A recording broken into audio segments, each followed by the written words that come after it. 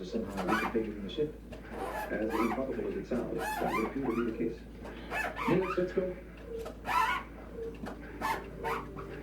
Neelix.